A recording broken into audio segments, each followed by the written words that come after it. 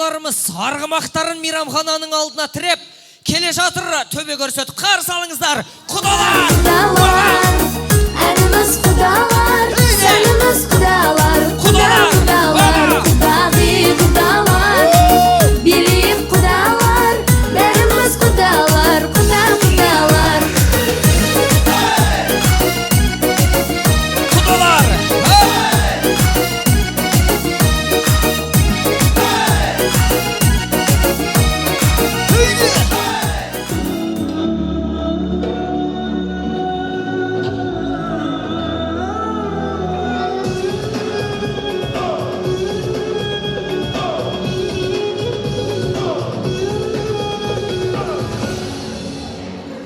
Ассалаумағалейкум. Түбі түркі, түлігі жылқы, атасы алаш, керегесі ағаш, алтын қасықтай ұл тәрбиелеген, күміс қасықтай қыз тәрбиелеген, қазандары оттан түспеген, ұлдары аттан түспеген, құлжадай қарулы аталар, құрмадай қадірлі апалар, топырақтай асыл ағалар, жапырақтай жасыл жеңгелер, жаңғақтай қатты інілер, шәрбәттай тәтті қарындастар, 90 ауыз сөздің тобықтай түйіні, көктегінің құлы болған, көкбөрінің ұлы болған, Байқоңыр елінің беделді ағайыны, ассалаумағалейкум дедім. Бастарыңыз бақты болсын, астарыңыз тақты болсын. Бүгін әулет болайын деп жатқан Дастан мен Гүлдананың өмірі сәтті болсын, көңілі шатты болсын, махаббаттары тәтті болсын. Осы тілекке қосылғандардың шапалақтары қатты болсын ағайын. Салам алейкум.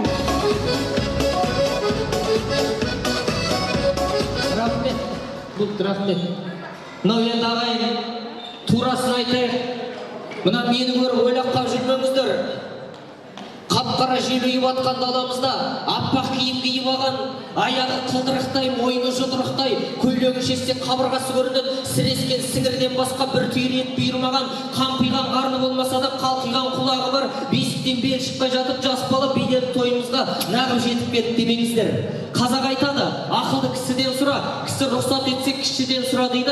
Жастығымызға қарамай, бастығымызға қарап, осы Байқоңырдың елінде, ұлылардың төрінде өтіп жатқан тойларыңызды басқарып беруге, сонау Біржан Салдың даласы, Есілдің жағасы, Көкшетау қаласынан арнайы келіп тұрған жайымыз бар, қадірлі ағайындар. Алдарыңызда тойларыңыздың асабасы, Көкшетаудың баласы, орта жүздің ұрпағы, Арғын мен Атығайдың ұрпағы, менің атым Әлібек болады. Құрметті кіші жүздің халқы, орта жүздің баласы орталарыңыздан орын тауып жатқанда, кіші жүз кішірейіп бір шапалақ ұратын шығар,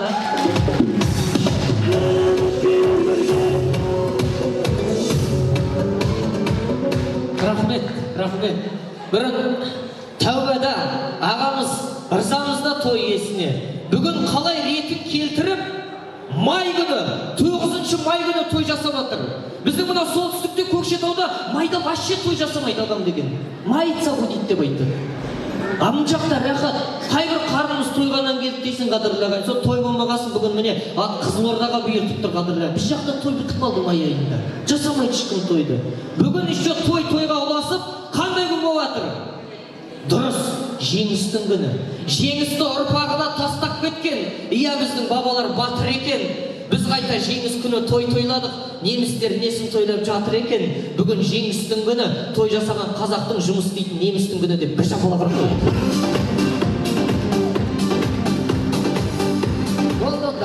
Жеңіс күні демекші, менің алдымда бір атам болған, соғысқа барған ветеран.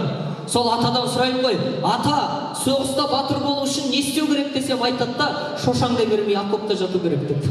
Сондықтан мен көп шошаңдай бермеймін. Алдымен ортаға осы дүбірлі тойды жасап жатқан сіздердің алдарыңызға бір той иелері Жеткербай ағам мен Гүлбану жеңгемді шапалақтап бір алдырып алайыншы ортаға. Қошемет, той иелерін бір қарсы алайық шапалақ.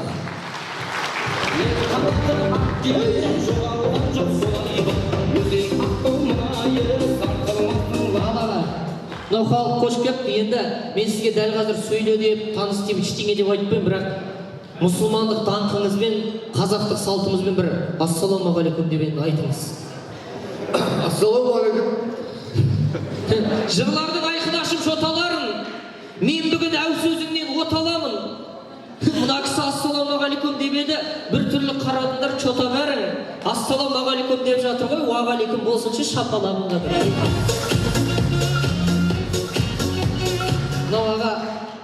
Сізді шақырып атқан, орта қалдырған себеп міне. Көрдіңіз ғой халықты. Бәрін танисыз ғой. Бәрін түгел танисыз. Уверенсіз бағы? Бәрін танимын дейді. Бұл тойда ағайын бөтен адам жоқ. Бірақ кеше енді мен Байқоңыр еліне осы той басқарып бірінші рет келгенде ақылдасын осы списокты құрып жатырмын ғой. Сонда ағаларына местный адамдар, маңайдың адамдар айтып жатыр да, ой байқаш, біздің халық шулап кетеді дейді. Как будто басқа елде шуламайтын сияқты. Мен айттым, жоқ, шулауға тиіс емес, енді қадірлеген үміттеніп жатырмын ғой. 250 адам шақырыпты тойға бұл кісі. Қазір тілек айтамыз Гүлдана қызымызға. Әрқайсымыз енді шығып жарты сағаттан сөйлесек, ана екі баланың пішпе тойынан бірақ шығамыз ағайындар. Сондықтан рұқсат етсек, топтап шақырайық, соның бәрі бірдей сөйлемей, арасынан бір 3 адамнан ғана сөйлеп отырса ағайын.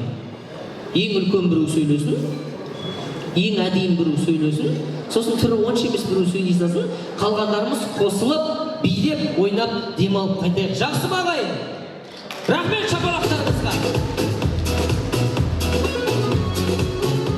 Олай болса, бізде көп созбай, әдептен озбай, әріден беріге қарай қозғай, екі баламызды қарсы алуға ыңғайланайық қадірлі ағайын. Ендеше алдарыңызда қазақтың салтын, қазақтың даңқын насихаттап жүрген қыздарымызға кезек берейік, құрметті қонақтар, қарсы алыңыздар. Той бәрекелді! Армысыздар ағайын тойға келген, айтайын өлеңімді ойдан өрген. Алдымда сіздерді еліп отырғанда, өлерді аяймыз ба тойға келген. Күйеу баламызды қарсы аламын ағайын. Кәдімгі қолы шебеттеріңіз айтпаңыздар. Күйеу бала келе жатыр міне ағайын. Дастан күйеу баламыз. Гүлдана қызды ортаға шақырғалы жатырмыз. Қолы шебеттеріңіз аймаңыздар. Қыз деген нәзік жанға жаратылған. Қыз дегенде дүниемен далатылған. Қыз дегенің байқап қарап отырсам, Алла сыйы дүниеге таратылған. Гүлдана қыздың жүзінен ай көрінген, аумайдау абай сүйген әйгерімнен, кешегі төлегендер ғашық болған. Гүлдана қыздың қыз жібектен қай жерге? Махаббаты еңлік деген кебектің.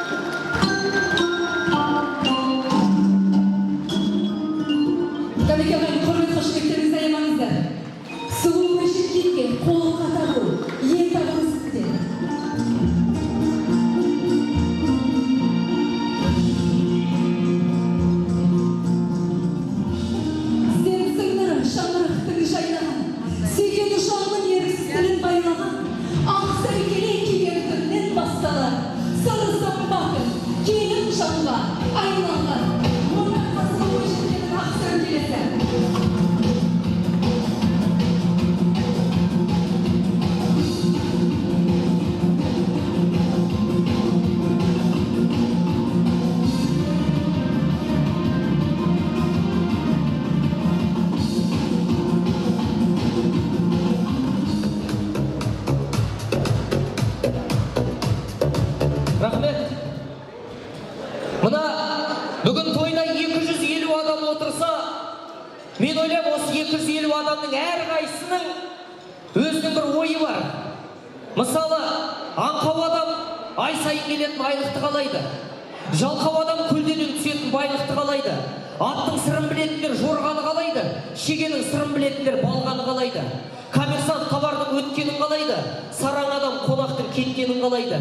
Соғыстың сырын білетіндер бейбітшілік орнағанын қалайды. Тойдың сырын білетіндер төбелестің болмағанын қалайды.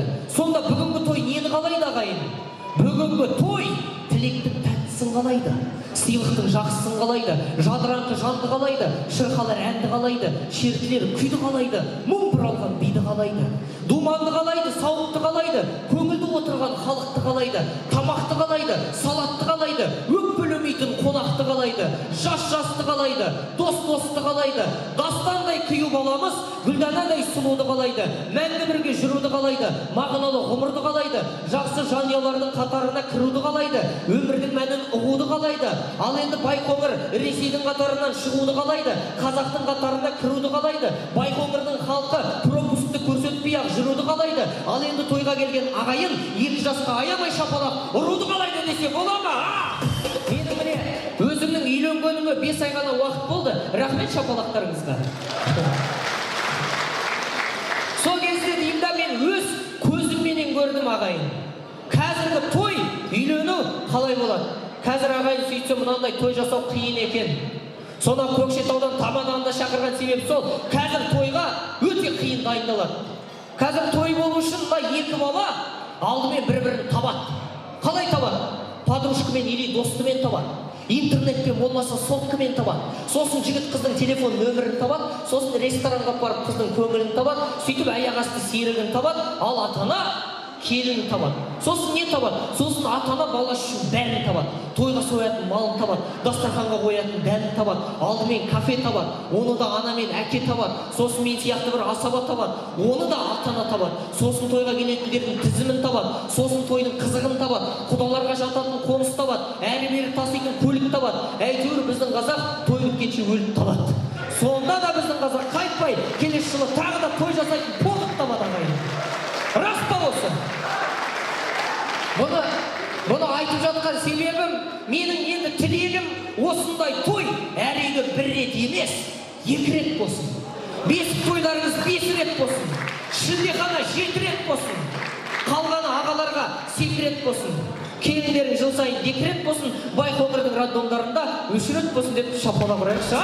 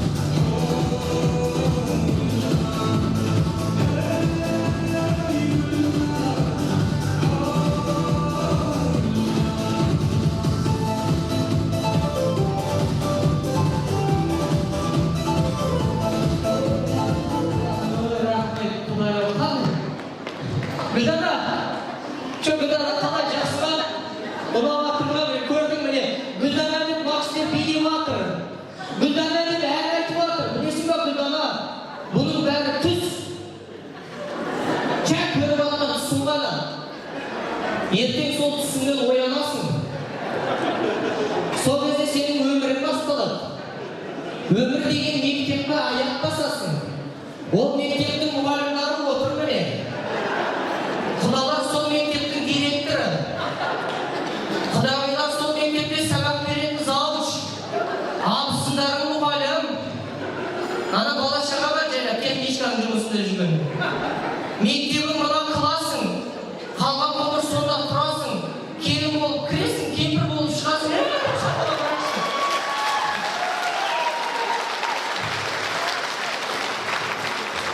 Ал енді сіздер бәріңіз тілеп айтқанша мен Көкшетауға барып душқа түсіп келейін ба?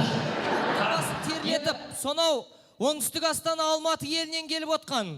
Кеше ғана Байқоңыр елінде концертін беріп, елдің батасын алған Қазақстан эстрадасының жұлдызы, арнайы дүбірлі тойларыңызға ассалаумағалейкум деп келіп жеткен Ернар Айдарға тізгін бергім келеді ағайын. Шапалақ, Ернар Айдар!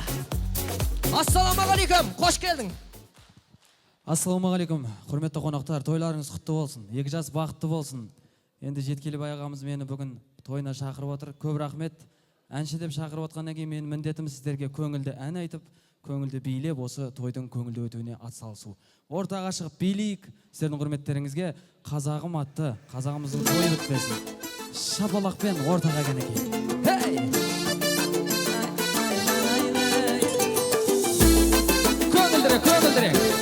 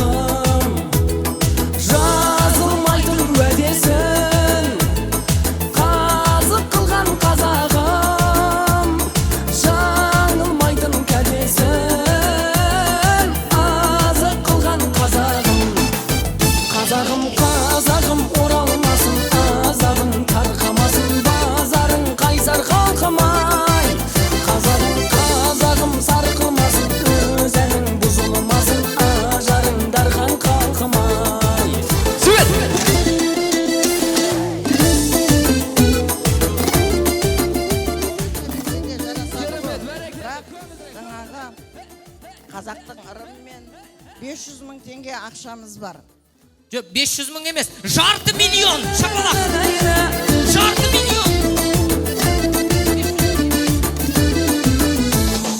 Ақылымен тақымын суытпаған қазағым, ақылымен батырын ұмытпаған қазағым, қара сөзбен шешені ес бермеген қазағым, елін сүйген көсемін қастерлеген қазағым.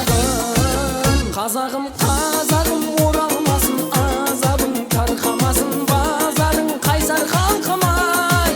Қазағым, қазағым, сарқылмасын өз әлің, бұзылмасын ажарың, дархан халқым-ай. Қазағым, қазағым, оралмасын азабың, тарқамасын базарың, қайсар халқым-ай. Қазағым, қазағым, сарқылмасын өз әлің, бұзылмасын ажарың, дархан халқым-ай. Бұзылмасын ажарың, дархан халқым-ай. Бұзылмасын ажарың, дархан халқым-ай.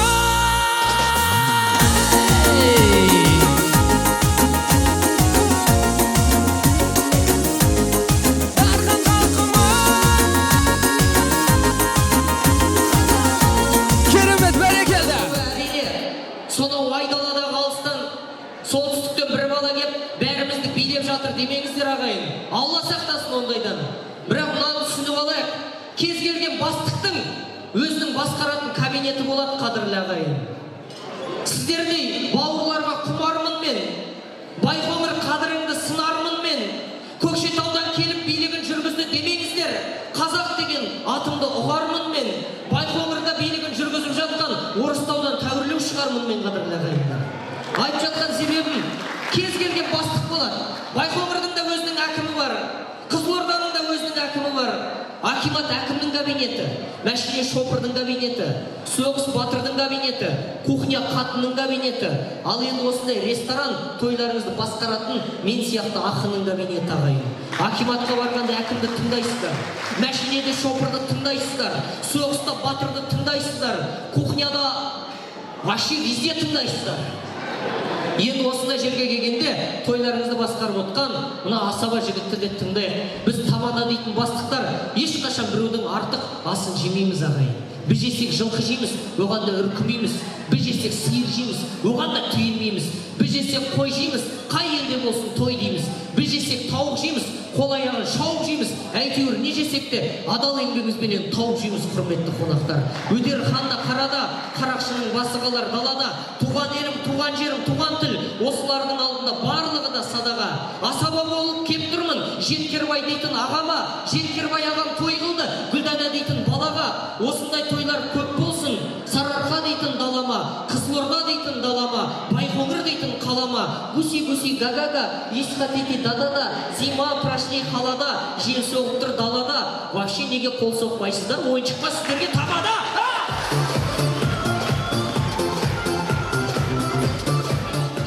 Қайда айтам, сіздерге қатысты бір әңгіме айтқым келіп тұр ағайын. Петропавл жақта бір той болды. Петропавлды білесіздер, естідіңіздер ғой? Енді халық айтады, осы оңтүстіктің халқы айтады, Петропавлда қазақ жоқ деп. Қазақ бар, просто іздеу керек дұрыстап. Сол жаққа тойға бардым. Сөйтсе, құдалар, анау не қыздың жағынан келіп отқан, Байқоңырдан кетті құдалар. Өзіміздің осы Байқоңырдан. Сөйтсе, ана тойдың иесі хозяин келіп маған айтады: ты знаешь, братишка, сегодня наши кудалар, знаешь, откуда пришли, дейді. Откуда, дедім? С самого России, с Байконура пришли, дейді. Мен айттым: ой, аға, может, Қазақстан шығар? Нет, с России пришли, с Байконура. Международный той будет сегодня, деп қояды. Сен давай құдалар шыққанда красиво объяви, дейді. Содан мен жарайды дедім да, әрі құдалар шығайын деп атқанда, түгел орысшамды жинап, мен Россия дегенсің қайдан білейін, бұлай шақырдым ғой. Итак, встречайте, с самого России, с Байконура пришли наши құдалар. Ой, деп шошаңдап атсам, ана құдалардың ішінде 92 келген бір шалдары бар екен. Осылай міне шықты да, осылай шықты, қолымнан микрофонды жұлып алды. Маған айтады: ей, тамада, тіліңе ие бол дейді. Байқоңырдың шал айтты осы сөзді. Түсінбей қалдым мен. А чё деді? Ничего деді. Ой, ата мен не істедім десе, маған айтады, балам, сен жаңа бізді шақырған кезде самого России Байқоңырдан келді деп айттың. Кто тебе дал такое право деді. Запомни, балам, біз саған Ресейден емес, қазақтың жерінен келдік деді. Сол кезде тойға келген 400 адам орнынан тұрып шапалақ ұрды ана шалға. Мен ұялып қалдым. Сосын үйге келіп тарихтың бәрін оқыдым, сөйтсем, Байқоңыр біздің ел екен. Ресейдегі ана Омск бар ғой, ол да біздікі екен. Түмен де біздікі екен. Қорған да біздікі екен. Түгел әлем өзі біздікі екен ғой ағайын. Шын ба? Мақтанбай-ақ сөйлейін, сөзімді менің мақтан дер. Жаттамай-ақ сөйлейін, сөзімді менің жаттан дер. Мен қазақтың баласы, әлемнің алып даласы, бабалар жүрген ақтан кер. Монғолия білсең біздікі, қазақ малын баққан жер. Астрахан да біздікі, жалаңтөс баһадүрлермен Төле би орын тапқан жер. Россия ренжімесін, Москва да біздікі, момыштың ұлы Бауыржан немістің басын шапқан жер.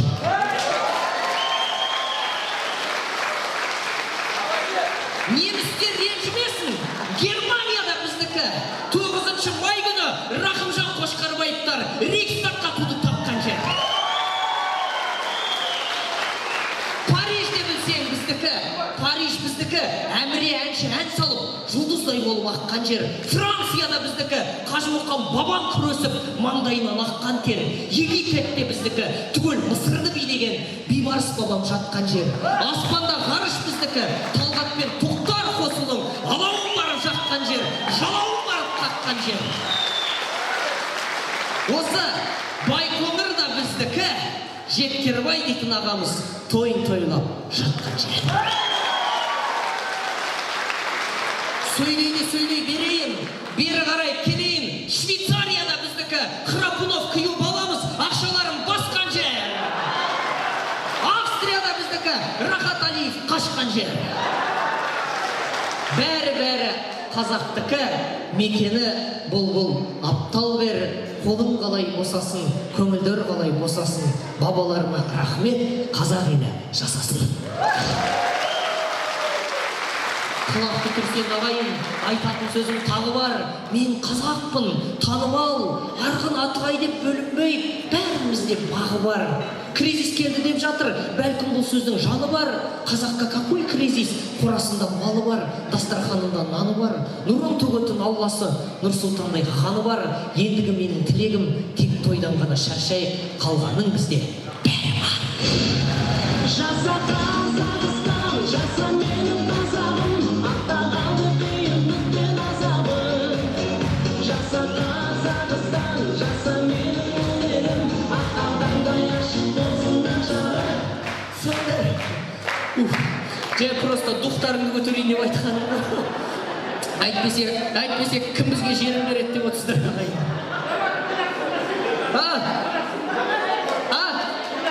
Бойдақсың ба? Бойдақпын, нанбасаң әйелімнен сұрап алыңыздар. Рахмет, міне, қазақ елі. Түсінген адамдар күліп отыр. Түсінбегендер, не деді деп отыр. Жаным ашиды соларға сондай. Енді қазақта әрдайым ағайын осындай той болсын. Мұны Байқоңырға келіп еріткенен айтып жатқан жоқпын. Кез келген сөздің астары болу керек ағайын. Мойындау керек. Міне, ағаға арызамыз. Қарамайтты, суббота деп қарамайтты сұрайды. Осы күні боспыз деді, ана Ернардан сұрады, осы күні бос. Маған звондайды, сол күн боссың ба деді, жұманың ортасында келістіріп қоя береді той мысалы. Баяғыда қалай болды? Суббота ғана той болатын болды. Традиция. Бір адам келді, воскресенье істеп жүрді тойды. Бәрі воскресенье, суббота. Пятница істеді, пятница кетті. Четверг кетті. Қазір в среду настроениесі болмаса понедельникте істей салады қазір. Күнде той. Мен 4 жыл болды асаба болғаныма. Өмірімде бірінші рет асаба болғанда ешкім тойға шақырмайды. Өз туған жер, Көкшетауға шақырмайды. Енді білмейді ғой. Бір күні мешітке садақа сап, Құдайдан дұға тіледім. Алла тағала менде айына бір рет той болса екен дедім. Құдай тілегімді қабыл алды, прикинь. Сөйтсе, ай сайын бір тойдан болды. Рақат. 30 күн дем аламын, 1 күн жұмыс істеймін. Госслужба сияқты ақша табамын кәдімгі. Бірақ жаспыз ғой әлі. Bir күні сұрадым, Алла тағала жаспын ғой әлі. Менде жұмасына бір реттен той болсын деді. Құдай тағы да тілегін қабылдап, каждый жұма 1 айда 4 рет шығатын болдым тойға. Ай сонда да өзің тоймайды екен, бір күні сұрадым, Алла тағала менде жұмасына 3 рет болса екен деп. Құдай альхамдулилля тілегін қабылдап, пятница, суббота, воскресенье стабильно той болды. Сонда да өзім тоймайды екен, бір күні сұрадым, Алла тағала менде күнде той болса екен дедім. Сөйтсе Құдай тілегін қабылдап, міне дүйсенбіден жексенбіге дейін күнде тойда, бірақ почему-то сонда да өзім тоймайды екен да. Енді бір күні ойлап отырмын, күніне 2 той болса қалай болады екен.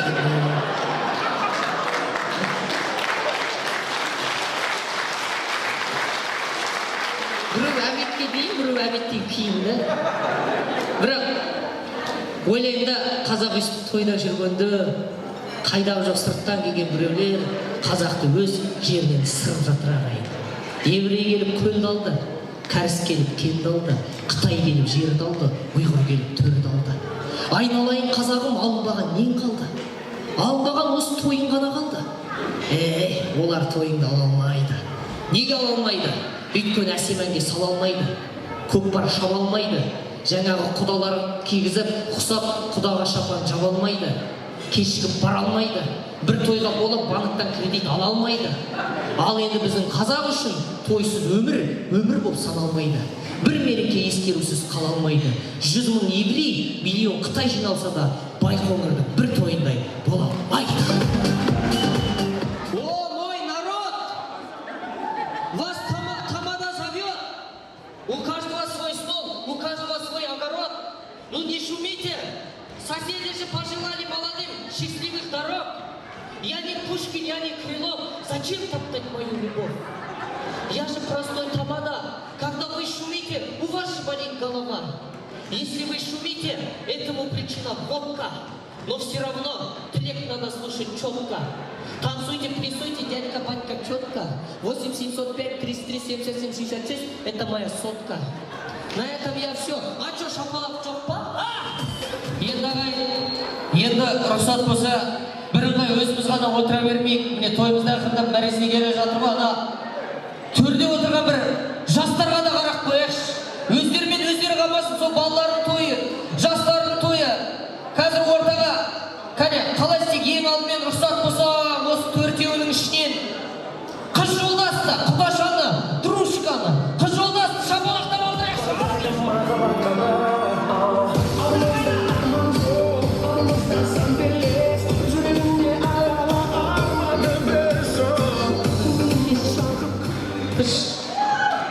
Қалайсың? Жақсы. Көңілге қалай? Керемет. Көре алмаушылық деген жоқ па? Мен қашан Гүлдананың орнында боламын деген сияқты? Жоқ па? Мен атым Әлбек, сен атың кім? Жұлдыз.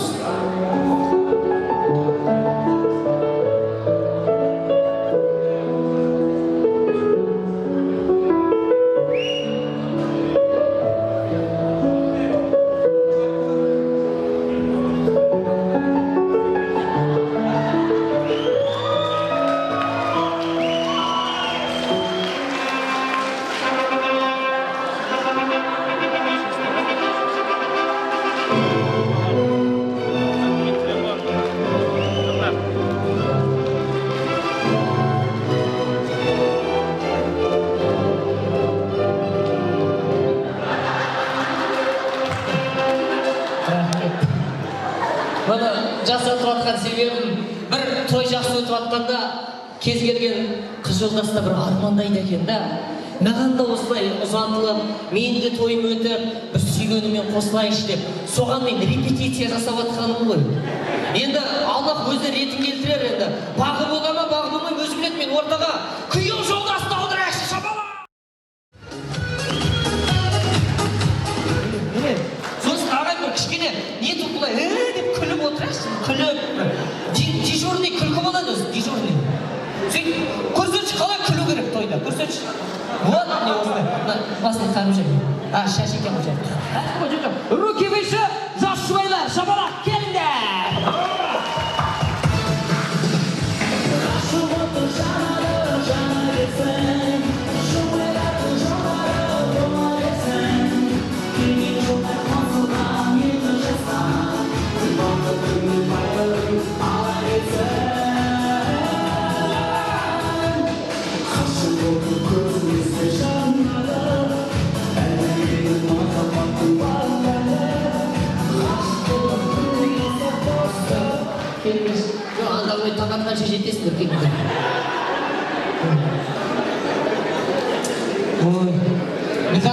молодец.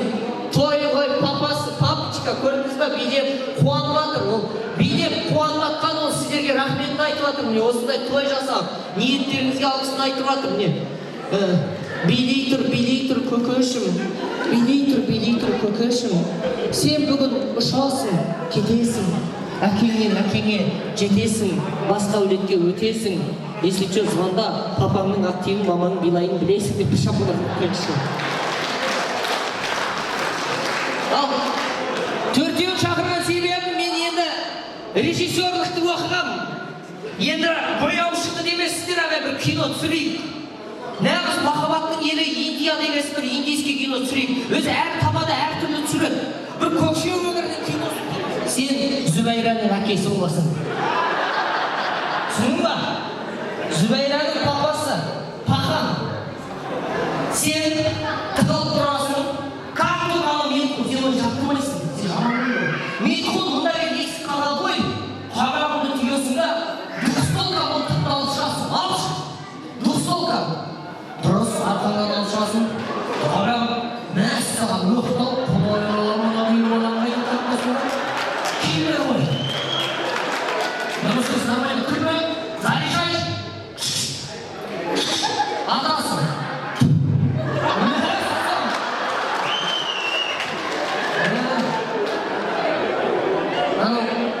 Қызылордадағы Әлжаппар қанатты сен үйреткен жоқсың ба?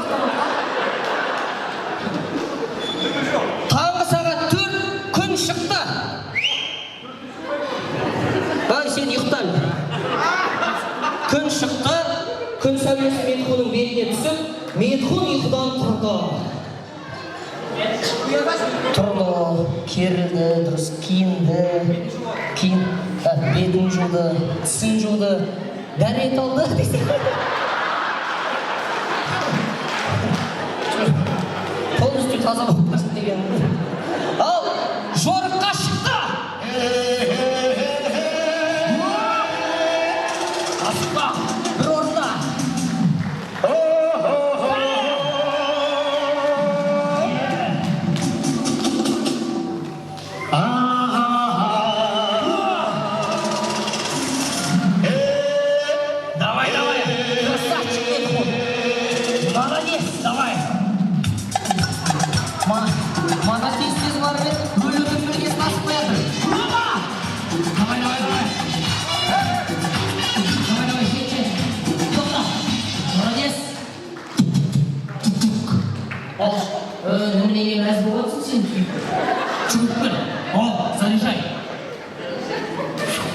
Ала бересің ба, теткен?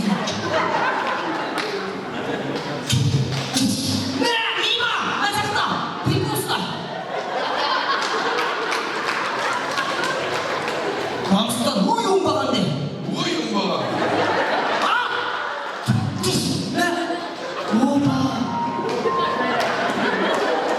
Күлгі. Көзіңді аштай ма кішкене сыпырайын ба? Сос. Сен күлгі қайдалы бол.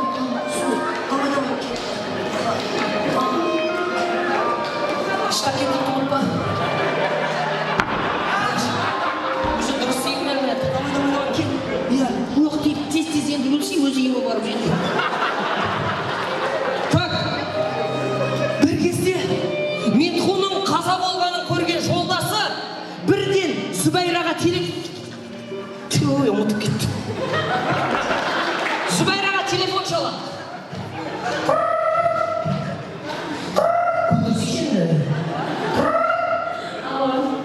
Алло, бұл Зүбәйра ма? Иә. Мен дауысың тема ғой. Не ғой Зүбәйра? Сен Митхунды танисың ба? Иә. Ол өліп қалды. Ойбай, мұнан мәз ғой. Ай, күлме, сенде шок болу керек. Бүйтіп, Митхун өліп қалды дегенде. Қалай? Как? Бірдеңе не может келтіре берсей шал. Давай, күлме деймін башы, собери. Митхун телефон ұста. Митхун өліп қалды. Қалайсың да? Солай сонда. Папаға, қошым, Митхунның тірілмейтін сезген Зүбәйра амалы таусылып, бұлай деп ән айтты. Жаңбыр жауар себелеп, Жаңбыр жауар себелеп, гүлге қонар көбелек, гүлге қонар көбелек. жұрттың байы тірі жүр ғой, неге өлдің сүмелек. Айтайын. Жұрттың бая тірі жүр ғой. Ұрысып жатыр. Сол кезде Метхун намыстанып, енді индийский кино ғой. Жоқ, жоқ, Зүбайра, мен тірімін деп, орнынан тұрып екеуі билеп кетеді. Жоқ, жоқ. Сен кетіп қойған жоқсың барасында да? Эмоция. Жоқ, жоқ, Зүбайра деп. Жоқ, жоқ, Зүбайра, мен тірімін. О, билет!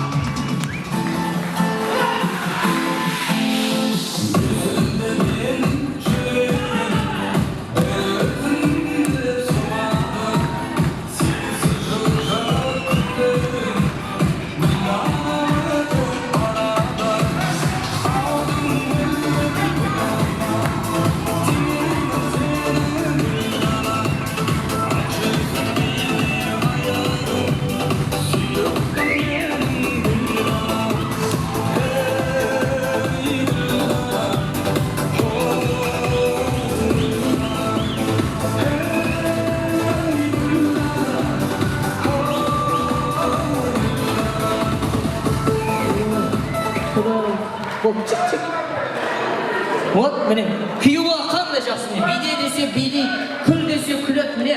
Қазақ айтады, еркек үйдің құлпы, әйел оның кілді, ал күйеу бала қайын жұртының жатып алып жұмсайтын пульті дейді.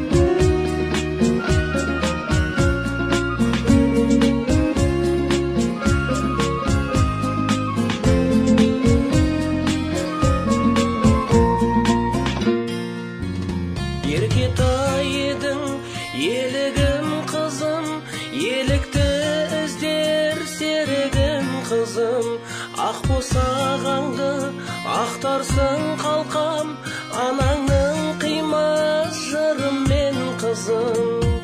Сүрінбе қызым, құлама қызым, күлімде мәңгі жылама қызым. Әкең бейғамқор болар ау деумен, тапсырдым сені құдама қызым. Сүрінбе қызым, құлама қызым, күлімде мәңгі жылама қызым. Әкең бейғамқор болар ау деумен, тапсырдым сені құдама қызым. Бой тұмарымдай гүлімен қызым, бой жеткенің бес шынымен қызым. Бағыңды іздеп бара жатырсың, әкеңнің